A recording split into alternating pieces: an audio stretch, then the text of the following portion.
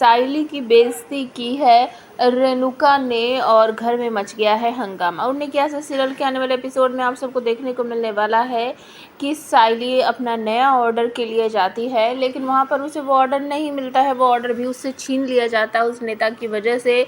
सायली को कहीं पर भी कोई भी काम नहीं मिल रहा है।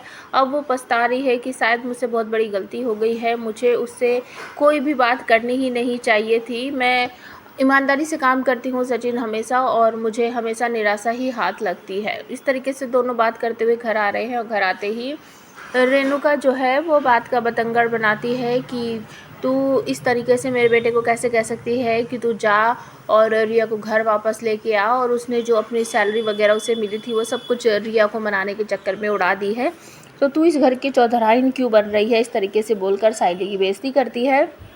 कहती है कि तू भूल गई है क्या, तू फूल वाली है, तेरी औकात क्या है, और तू मेरे बेटे को भड़का रही है कि जैसा सचिन है बिल्कुल वैसा ही आकाश भी बन जाए, शायद तुझे सबक सिखाना ही पड़ेगा। सचिन यहाँ पर डांटते हुए अपनी आई को कहता है, बाबा की बाई को, बस हाँ बहुत हो गया तेरा, अगर सायली को कुछ भी बोलेगी ना तो तेरे लिए बिल्कुल भी ठीक नहीं होगा। और यहाँ पर आकाश भी कहता है कि वैनी के कहने से मैं गया ज़रूर हूँ, लेकिन वैनी ने मुझे ये नहीं कहा था कि तुम पैसे से खर्च करो और घर कुछ मत लेके जाओ और रिया के लिए महंगी गिफ्ट लेके जाओ, ऐसा मुझे वैनी ने कुछ नहीं कहा था। अगर वैनी ना भी कहती तो भी मैं अपनी रिया को लेने, उसे मनाने उसके घर ज़रूर जाता। हम दोनों ने एक दूसरे की जिम्मेदारी उठाई है, एक दूसरे से प्यार करते हैं, तो क्या रूठना मनाना हमें नहीं होगा। आई रेणुका कहती है कि बस तू चुप बैठ, बहुत हो गया तेरा, जा अपने कमरे में। और उसके बाद सायली जो है आज दिन भर की सारी बातों को सोच रही है और बहुत बैठी हुई रो रही है, फूट फूट कर रो रही है। सचिन को कह रही है कि पता नहीं आज का दिन कैसा था, जब भी मैं अच्छा करने जाती हूँ सब उल्टा ही हो जाता है।